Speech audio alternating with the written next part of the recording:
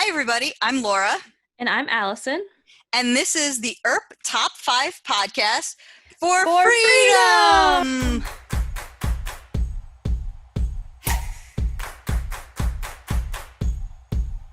Thanks for joining us again. Yeah.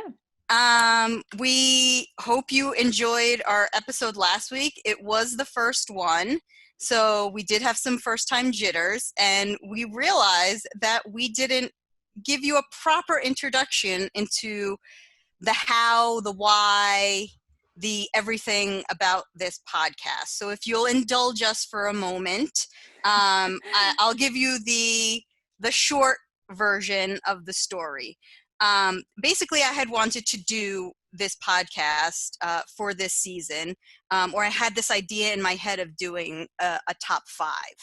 And I didn't know if anybody would actually want to do it with me. So I just started posting them after the episode aired for the first 4 episodes, just on Twitter. I got to talking with Allison here on Friday prior to episode 5 airing, and I just threw the idea out at her. And by Tuesday, we were recording the podcast for episode 5, Yeah. which was Holy War Part 1. Mm-hmm. This podcast is going to cover episode 406, which is Holy War Part 2, It's Not Easy Being Green. But anyway, so that's kind of the background of how this came to be. And don't edit this out, but Allison is taking care of all the technology stuff. Like, she got us up and running in a day on the platforms. I think we're still waiting on maybe 1 or 2 at the moment, but I really have to applaud Allison for that, because if it was left to me, this would be solely for me to listen to. It would never see the light of day. So Allison, I thank you for thank you. Joining me on this ride, and for really taking the brunt of like all the technology stuff. Yeah, so no problem. let them know where they can when they can listen to us. Okay, so we have a new Twitter account. It is at Earp Top 5. And we're going to post the links to the episodes. Like Laura said, she'll be posting GIFs, short video clips of our actual top 5 once we narrow it down. Yep. But yeah, that's about it. Thanks, Laura, for letting me join you on this crazy ride. Yeah. Cool. Well, let's hop into it. Ready to get started? Can I start? I was gonna say you go first because I went first last week. Okay. Well, I'm gonna go first because I probably have the top one on everyone's list, which is the Way Hot proposal. Yay! We got all the words out. We actually got a "Will you marry me?" We got both of them saying "I love you." Even Nicole had a plan to propose, which I know I want to say the majority of the fandom had an inkling. This was even before the season 3 finale proposal. I think a lot of people had Waverly to be the one to propose. Right. And then it happened at the end of season 3, and then they just continued on with it for this proposal, and I think a lot of people are happy about that, even though like they both wanted to do it, and like, no, let me. And anyway, I thought it was super cute that they both had the plan, though, because that seems like something that they would do, that would happen to them, Yeah. And obviously the whole moment was super cute, shot really beautifully, and Dom and Kat definitely always do so well together, and I mean it just comes across so genuine. Yeah.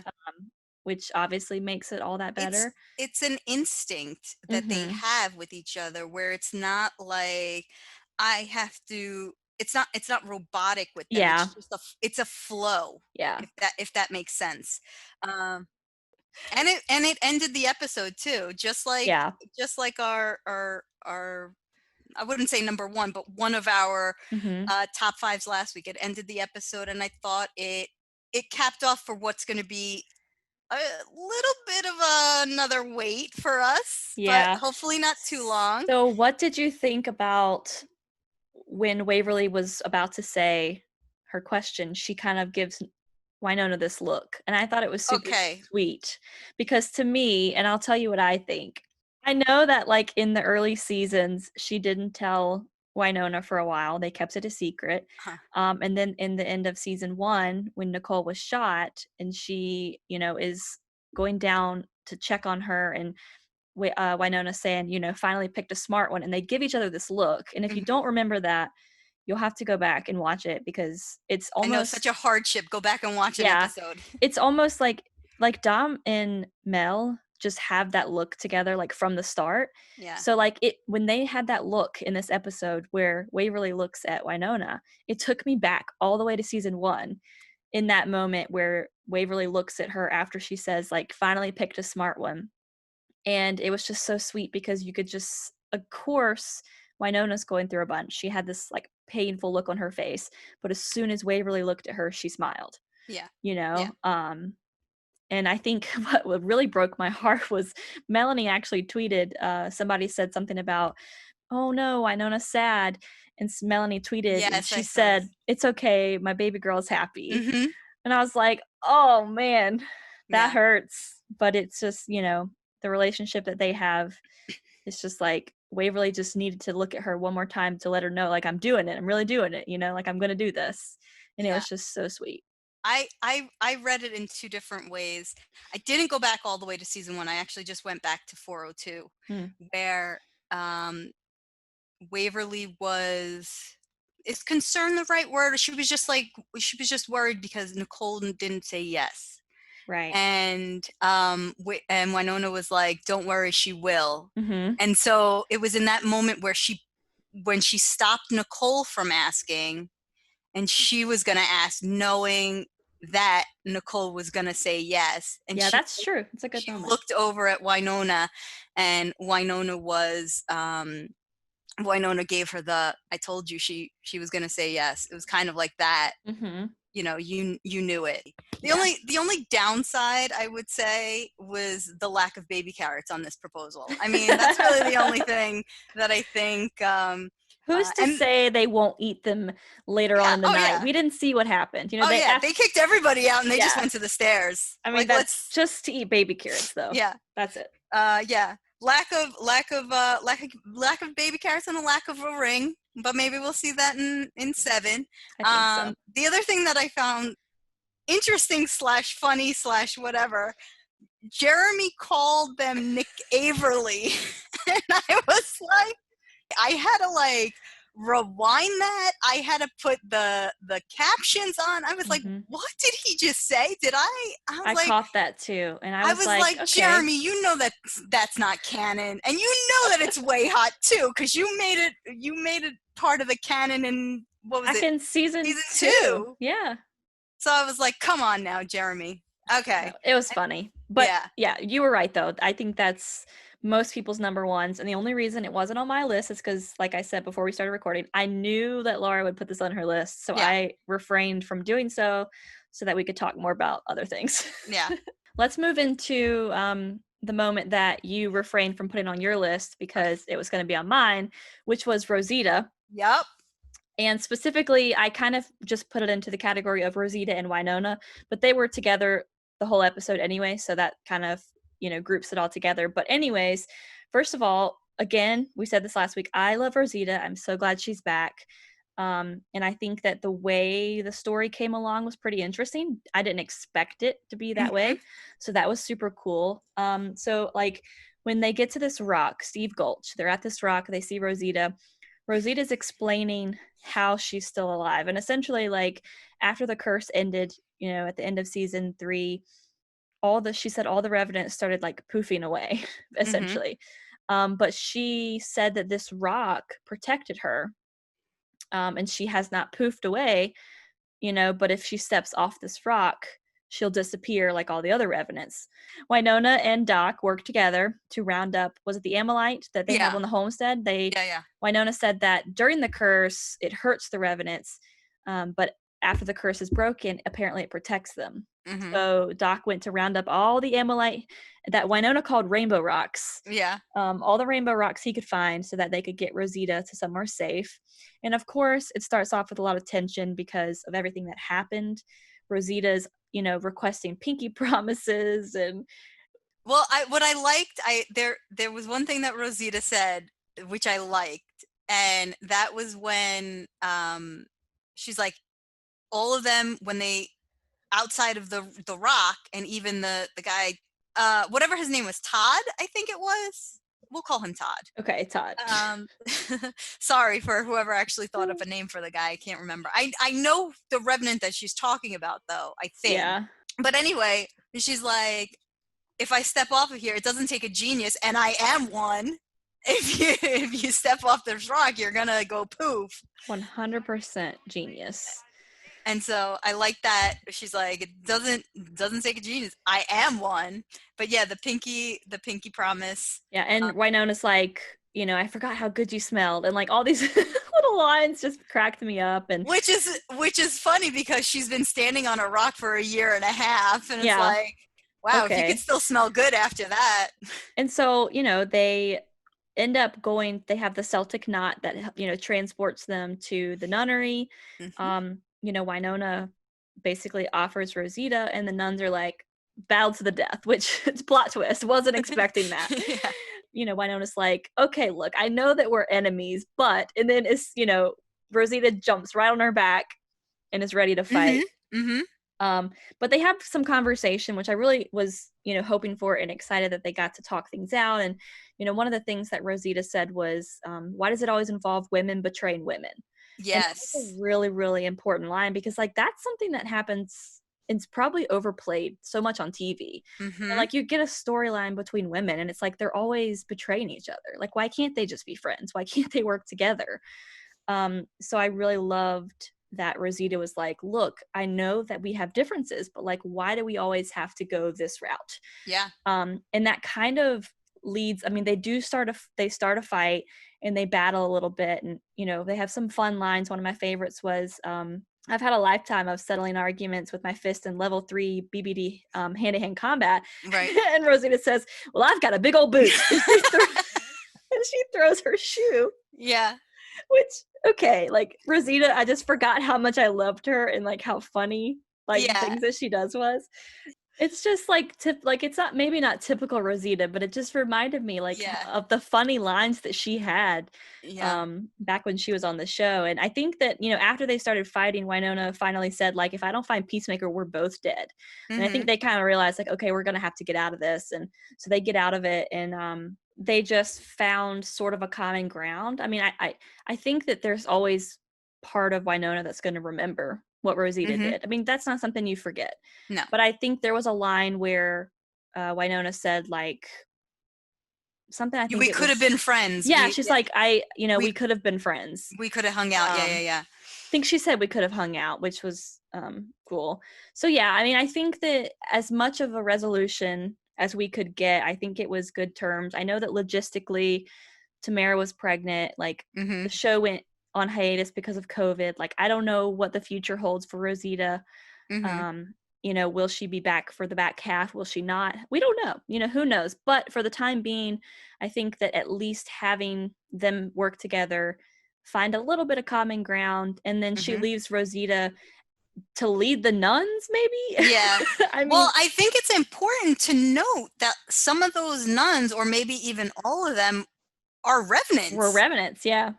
So, which is interesting because they didn't poof away. Right, but they were in. But they were protected. That's like some kind of sanctuary mm-hmm. for them, just like the rock was. Yeah. But I think you have to think about this. Would Wynonna have ever broken the curse? If she didn't find those, other 10 women. Yeah. And then, like, one important thing that Rosita says before Wynonna leaves is she tells her that the Clantons are the ones that wanted Alice. Yes. And then she's gone with the mission. Yeah. Not even a hug goodbye. But and Rosita's like, we don't have to hug. Yeah. All right. I'm going to go. My next one is the exorcism, the whole kind of that whole scene thing. There's quite a few things about it that I grouped together. Okay.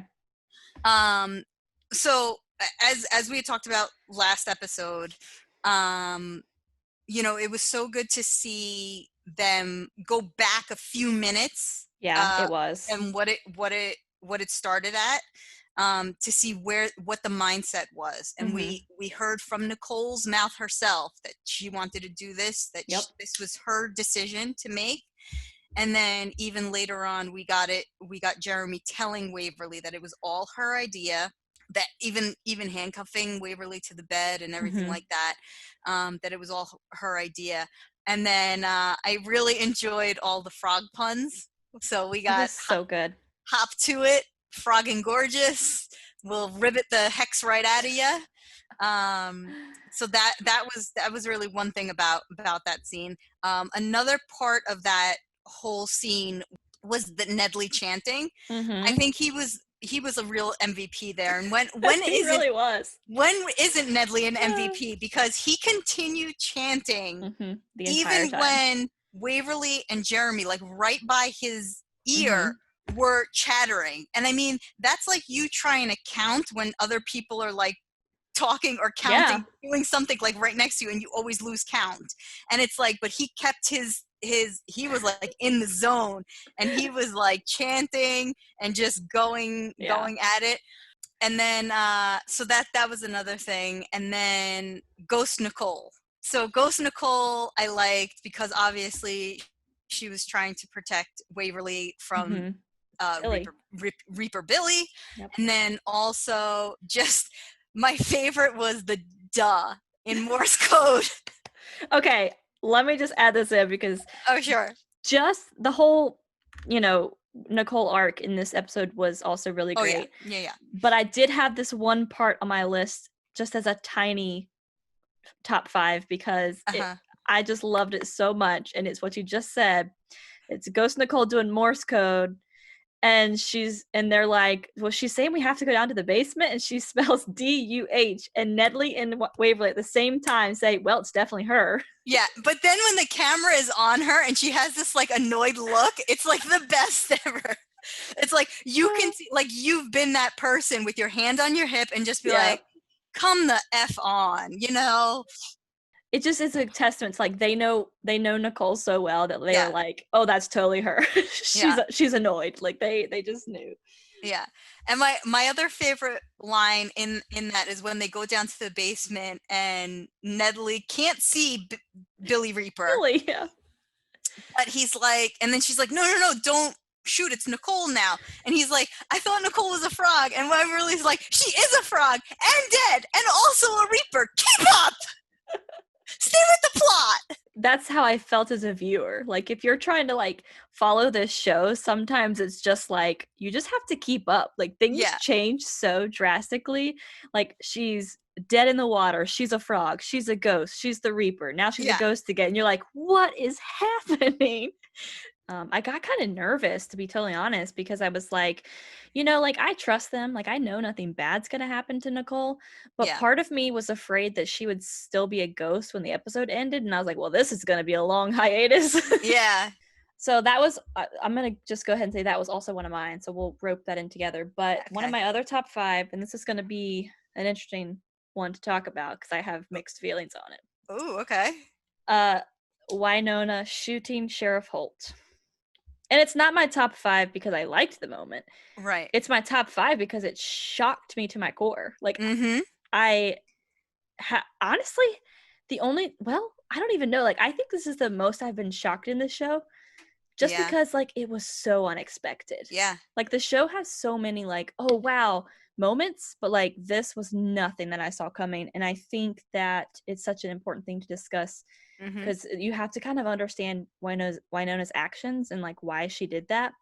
But in the last episode, if you'll remember, Doc said, anyone who shoots a man in the back isn't worth being remembered. And that hit pretty hard because like now Wynonna has done that, and it's obvious that Doc would never do that.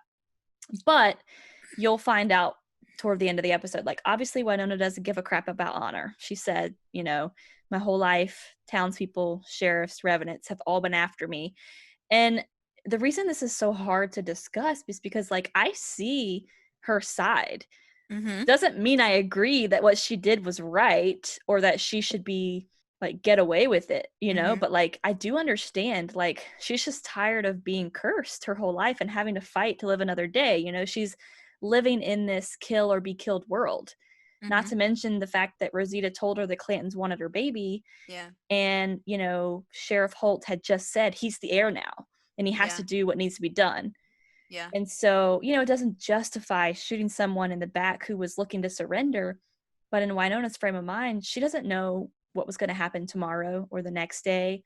And I think that she just had to be the one to make those hard choices, to protect herself and the team, even if it wasn't the right choice. I mean, it was a hard choice. I still don't know if she'll realize it wasn't the right choice, but I do understand just her frame of mind, Mm-hmm. in that moment, but it's still so wrong. I actually I felt that way Yeah. until one of my rewatches, Mm-hmm. and I felt that there was a moment where so Waverly killed Margot, Mm-hmm. and he came out, he found the body, he came out and he's like, you murdered my mother. Yep. And she was kind of like, I'm sorry, I don't know. And there was a look that Wynonna gave Waverly, and it felt like his shooting was to protect Waverly from maybe facing any repercussions to Yeah. killing Margot, even though that bitch deserved to die. Yeah. And I see it from both sides. When it played out that way, I had this moment where I was like, oh, this reminds me so much of the Vampire Diaries. And it sounds like a silly, Uh-huh. you know, relation, but if anybody's ever seen the Vampire Diaries, there's moments within that series where the vampires turn off their humanity. Uh-huh. And what that means is when things get too tough, when, you know, life gets too hard or they don't want to deal with something, they just flip the switch and they feel nothing. They sometimes go rogue and all these things. And, you know, like, obviously I still see that Wynonna has a lot of feelings and emotions, but there was a part of me that was like, wow, it just looks like her switch is just flipped. And to her, Mm-hmm. she's going to be the one that has to make this tough decision. And she doesn't really think it through. She just acts on it because Mm-hmm. that's in her nature now. Like, this is what she has to do. And that's why it felt like maybe, you know, the whole saying of her humanity was turned off. Not that I think she's heartless, you know, Right. but I think that in that moment, you know, she's killed so many people, even people that she loves. Mm-hmm. And I think she's just become hardened and she's just kind of like forgotten the weight of what it Mm-hmm. really means to kill. And so, like, in that moment, I think that she was just thinking of the curse and the relationship between the Earp and the clans. And it wasn't anything about Holt, probably. It was just like, Mm-hmm. I got to do this. It's never going to end. I have to do this. And there's a moment in the nunnery where she's talking to Peacemaker and she said, I do what needs to be done because I'm a hero. And yeah, sometimes that makes me a killer. Yeah. Yep. And I think, you know, in this moment, it's really interesting because is this action of shooting Holt a hero's action, or is it just someone who's really tired and fed up and with having to be a hero? Once the gravity of this hits, I think that Wynonna's gonna go off the rails a little bit. I don't think she'll go like full on vampire with their humanity off, but Yeah. I think that honestly, Wynonna going off the rails is a bit overdue. I mean, girl's been through it. She's been through some stuff. She does show remorse She does, yeah. in her own way after she does, let's say, kill somebody that maybe doesn't, or she has empathy in Right. killing. So my next one is Waverly's fight with Margot. And if I could just rewind and go back to the basement, she says something along the lines of, I don't know what'll happen if I get angry, or something along those lines. And so when she is fighting Margot, she said, Margot says that Margot, has powers you cannot comprehend. And Waverly, excuse me, turns around and says, same, bitch. And then Yeah. she face melts her. Mhm. And she doesn't have Julian's ring anymore, so she has these powers inside of her Mm-hmm. that she doesn't know how to harness, I don't think, and No. she doesn't know when they could possibly appear. I feel like when she is at her boiling point, that's when Yeah, that that it that happens. happens. In that scene, there was another point in that scene before she face melts Margot, and she's like, you can't, like, my girlfriend, the love of my life, and Margot's like, you're young, you'll find someone else. And then it was so heartbreaking because she's like, I'd rather die. Mm-hmm. That was heartbreaking. I have a lot of thoughts about this as well because it was also on my list. Okay. So they have this standoff. She goes to the, Magpie Ranch or whatever, Mm-hmm. and she has this standoff with Margot. But the thing that caught my attention was that Waverly says, "What did she promise?" Mm-hmm. She's asking Margot, "What did Nicole promise?" And Margot tells her that if Doc comes back with Waverly and Wynonna in tow from the garden, then Nicole will deliver Doc to the Clantons. Mm-hmm. And like Waverly didn't even really react to that. Yeah, She was yeah, like, yeah. "Why would she do that?" And then Margot kind of goes in to say, like, the Doc Holliday kind of took everything from them and Mm-hmm. whatnot. And it was super interesting that Waverly didn't really react. Yeah. And then it kind of leads into, the whole like face melting thing. But the thing that's interesting to me is the only people that know what Nicole promised is Nicole and Waverly now. Are they going to keep that a secret? Will it come up? Are they going to talk about it? Because like she probably doesn't want to tell Doc that she Right. offered him up. It was super interesting. I would be interested to see if that goes anywhere. Like if Yeah. that whole like secret that now Nicole and Waverly have will go anywhere. All right, my last one, because I also had the Margot and Waverly thing, so I kind Okay. of added into yours there. Yeah, But yeah, yeah. the last thing I'll say, one of my top 5 was Wynonna speech to Peacemaker. That is exactly how I have it written in my notes. Wynonna speech to Peacemaker. So that's good because we could talk about it. But I really loved it because obviously we've been waiting for 5 episodes to find out what happened to Peacemaker. yeah. Like, where did it go? Is it coming back? And the curse is broken. So you're thinking, like, Why does she need it? why does she need, like, Peacemaker's retired, Yeah. like, she's done. I'm going to call her a she. I don't know what Sure. Peacemaker Yeah. is. The Peacemaker totally has a soul because, like, come on, like, it's enchanted or it's Mm-hmm. sentient, whatever it is, Yeah. because Wynonna's like talking to it as if it's a person. Like she's like, "You think I'm not worthy?" Like, and our enemies, what'd she say? Our enemies won't stop coming just because we want them to.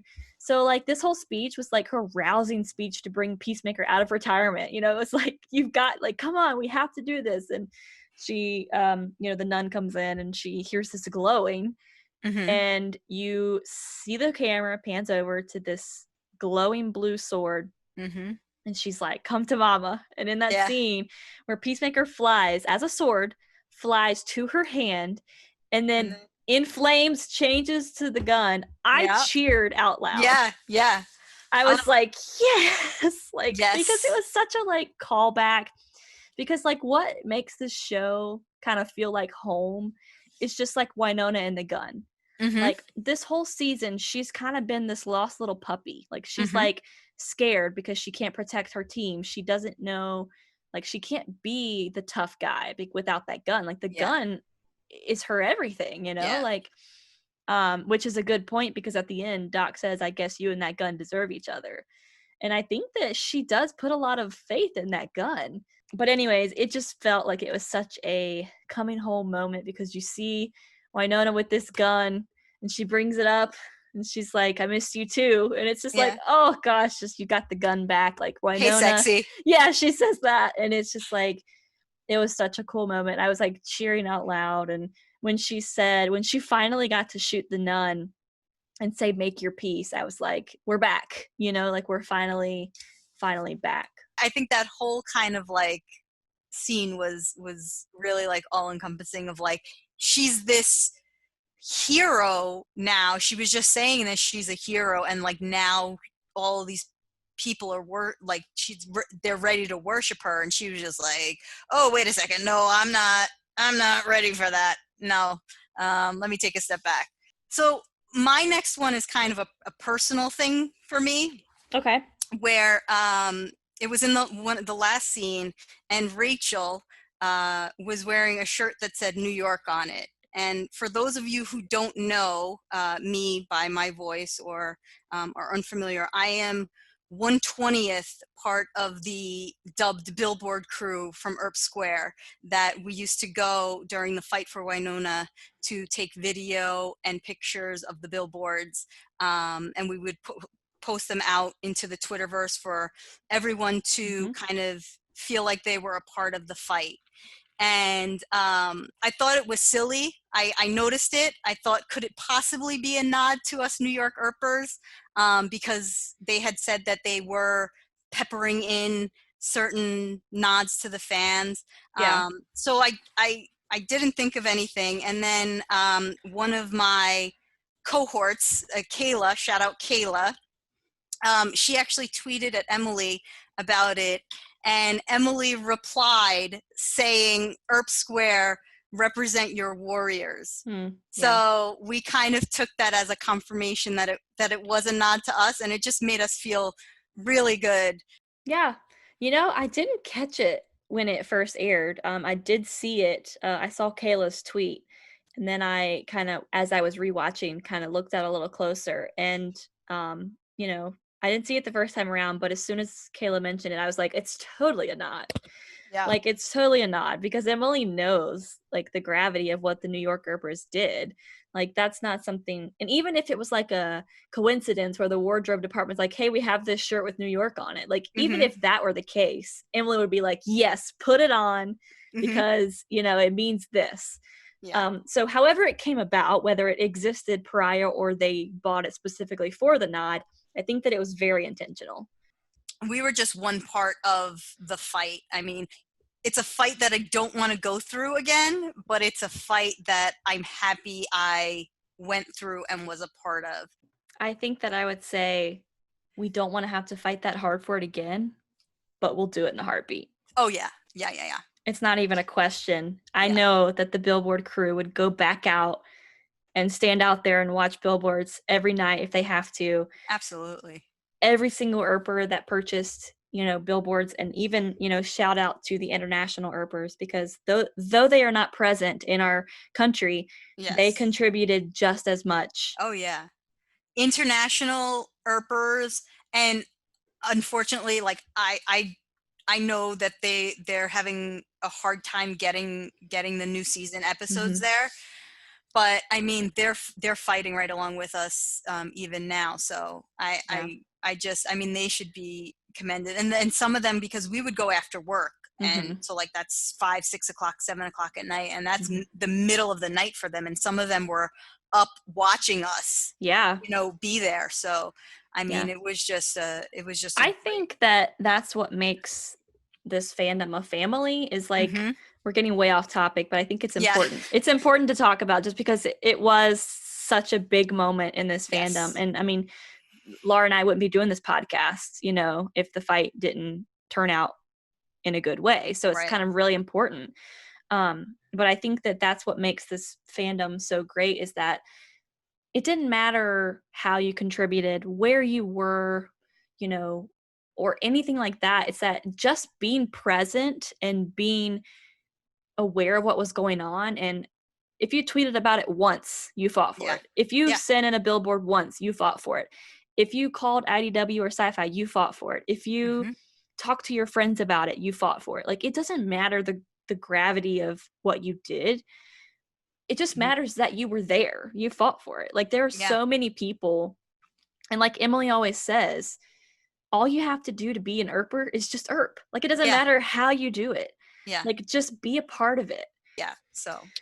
Okay. Well, I think that my list is covered because I had similar ones as you. So I've already mentioned my top 5. I don't know what number you're on. You could be on 8 and I wouldn't know.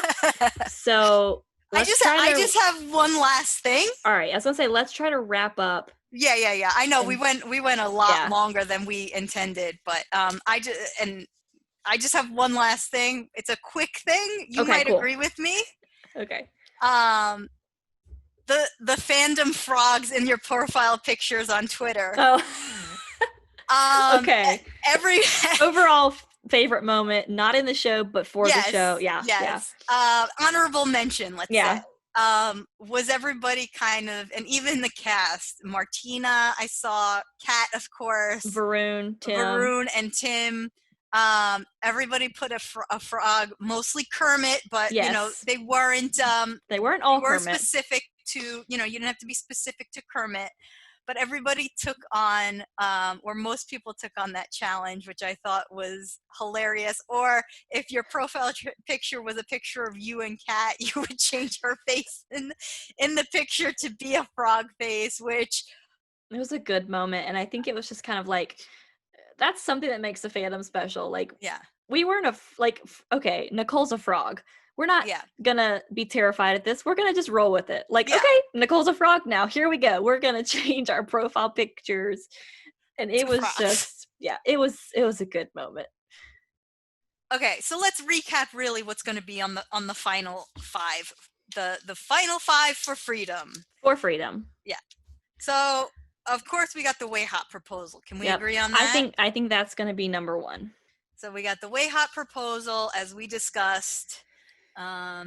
We both talked about Ghost Nicole and the exorcism. Right. So I think that is a decent one to put on there. Right. Really all just a bunch of different points in that. Everything that happened in Shorties. Definitely Rosita's comeback and her redemption arc was a great moment in this episode. And then I think we need to put the Margot and Waverly showdown. Okay. Because we both talked about that. And I feel like if we both brought it up, then it's really important. The reunion between Wynonna and Peacemaker and her, and her just kind of like the rousing speech, but also her, I would say also her what you mentioned, her shooting Holt. Yeah.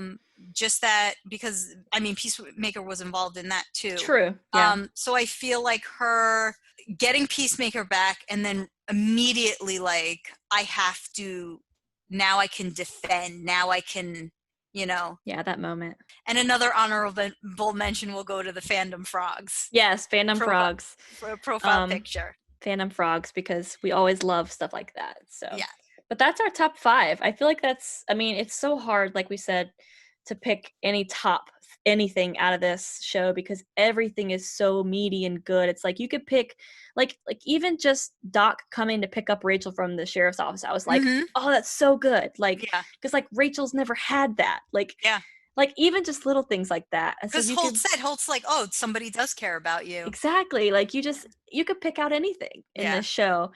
And call it your favorite, but it's so hard. And I, kudos to you for making us do this top 5 podcast, because now we have to actually sit down and actually pick a top 5. So you have to make the choices, and that was the theme of this episode. Choices. The choices you make. Look at that, and it all comes. And last week it was teamwork, and this week it's choices. It all gets wrapped up in a bow at the end. There we go. All right. So there is your episode 406, Holy War Part 2, top 5 for freedom. For freedom. We thank you for joining us. Thank you for sticking with us in a few of the ramblings that we did. But this had to be a little bit longer since it was the unintentional season-ish finale, part A finale, shall we say? Mid-season, thank you. That's the wording I was looking for. And we hope you join us next time, where we're going to do a little rewind and go back to episode 401, On the Road Again, and discuss the top 5 there. If you want to follow us on Twitter, you can follow us at Earp Top 5. and we'll be posting links to Laura's going to do a recap of the 5 top moments, and we'd love to hear from you guys if you have different top 5s that you really enjoyed, or maybe we skipped over. Just let us know, because we like hearing what everybody has to say. Yeah.